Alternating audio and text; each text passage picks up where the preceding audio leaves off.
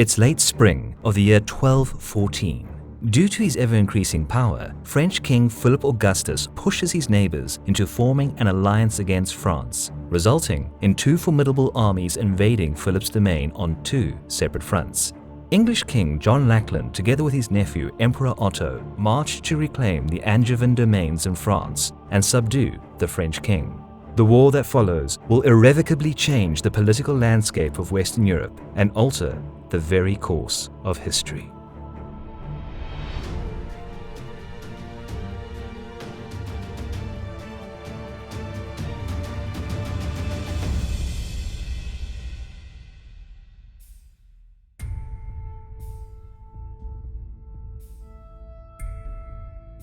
It is the beginning of the 13th century. The Kingdom of France is ruled by the fair and capable Philip II, aptly nicknamed Augustus by his supporters. 20 years had passed since his coronation, and Philip had come a long way from the emerging ruler of feudal France, becoming a major figure of the political stage that was medieval Europe.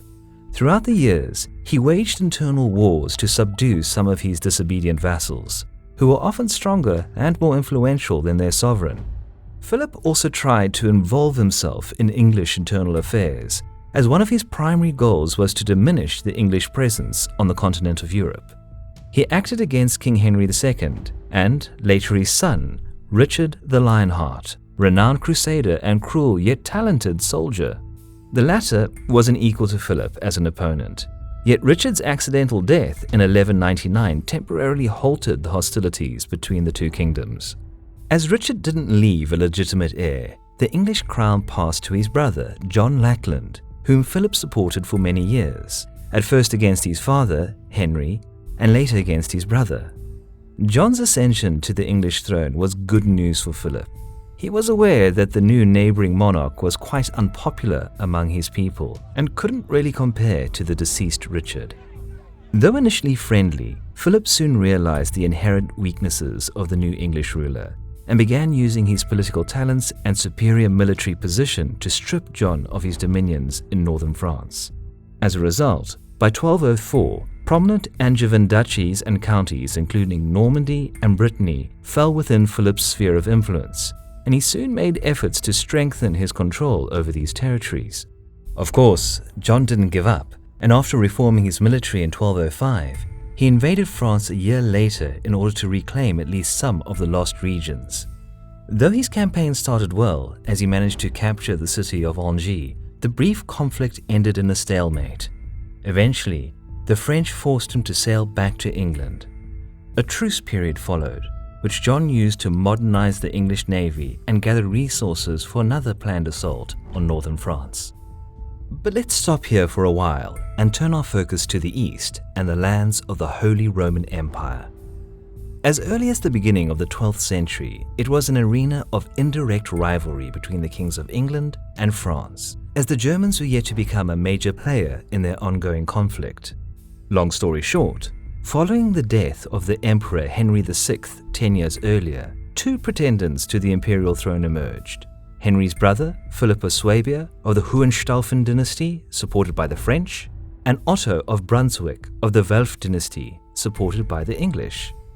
Both crowned themselves as King of the Romans and fought each other for dominion, until Philip was murdered while attending the wedding of his niece in Bamberg in 1208.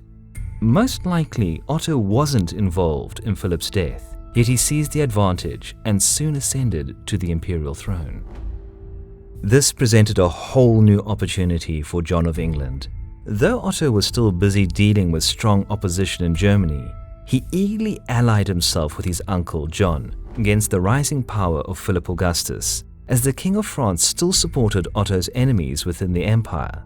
But while John forged alliances against Philip in the east, the French king was finishing fleet preparations for a planned invasion of England.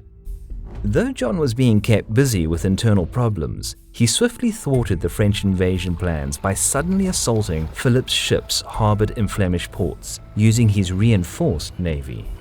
The English king hoped to keep the momentum going, yet impending baronial unrest forced him to postpone the planned war campaign in northern France to the following year.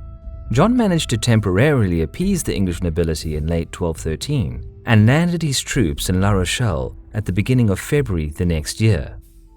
Philip assembled an army and marched south to repel the invasion, but soon he was informed of an unexpected second attack led by Emperor Otto through Flanders. The situation looked grim for Philip. Moreover, the Count of Flanders, together with other nobles of bordering counties, sided with John's alliance and complemented the imperial army with their own forces. Fortunately, the invading armies failed to coordinate their attacks, which allowed the French king to divide his army in an attempt to defend both fronts. While Philip's son Louis was given the uneasy task of stopping John's progress with troops his father had left him, Philip rushed back north to engage Otto's army. He reached Flanders in late July, just in time to find that his opponents had finished mustering their forces. Philip's advisors feared an open encounter with the stronger imperial army and advised playing for time. Back in the Middle Ages, pitched battle between two large armies was regarded as a very risky solution, which could often result in a sudden and significant shift in power. King Philip heeded their counsel and initially hesitated, but eventually took up the gauntlet and moved his troops northward, seeking a suitable plain for cavalry maneuvers. Otto was surprised when he learned of the French position, yet seeking battle, he marched to meet them. The opposing forces met on a plain east of the town Bouvines and began deployment. We don't know exactly how many soldiers Philip fielded, but modern estimates give him around 5,000 to 6,000 infantry and a little more than 1,000 mounted knights. While the composition of the Allied forces was roughly similar to the French, Emperor Otto had more men at his disposal, possibly just under 10,000 soldiers in total. The battle started with skirmishes on Philip's right flank, where French and Flemish knights charged at each other. Soon, Otto sent the center of his main line forward and proper battle ensued. It was an even fight as neither side was significantly stronger. While the Burgundy and Champagne contingents slowly pushed the Flemish flank back, English knights on the other side of the battlefield charged and gradually gained an upper hand fighting Philip's left. Otto sent some of his reserve units to aid the Flemish on his left, but it was his right flank where the first signs of trouble started to appear. Unexpectedly, despite pushing and winning his engagement, William, Earl of Salisbury, charged too far into the enemy line and was surrounded and seized by the French. Upon realizing that their commander was captured, the bulk of the English cavalry fled the battlefield.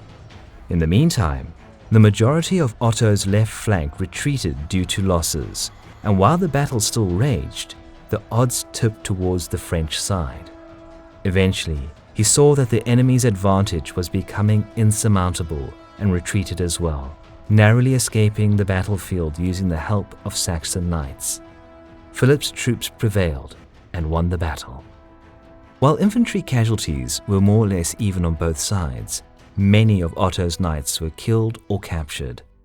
The battle was a huge success for Philip Augustus, not only because he killed many enemies in the course of the battle, as losses were roughly equal, but predominantly because he managed to capture many important nobles, including the Earl of Salisbury and the disobedient counts of Flanders, Boulogne, and Lorraine. The far-reaching consequences of the Battle of Bouvines soon took root. Hearing that Otto had lost, King John Lackland retreated back to England and was forced to face the unrest among the enraged English nobility, brought on by the king's failures. Soon the discontented barons revolted and England plunged into civil war, which eventually forced John to sign the Great Charter of the Liberties, limiting royal authority. But, well, that's another story. It was a tough time for Emperor Otto as well, who only held the imperial throne for 1 year after the battle. He became increasingly unpopular and eventually was compelled to abdicate. Philip, on the other hand, used the Bouvines victory to boost his royal authority and vastly extended his sphere of influence. After his death, 8 years after the battle, it was apparent that 40 years of his efficacious and just rule virtually transformed a mediocre feudal state into a leading European kingdom, which from that point on constantly played first fiddle in European politics.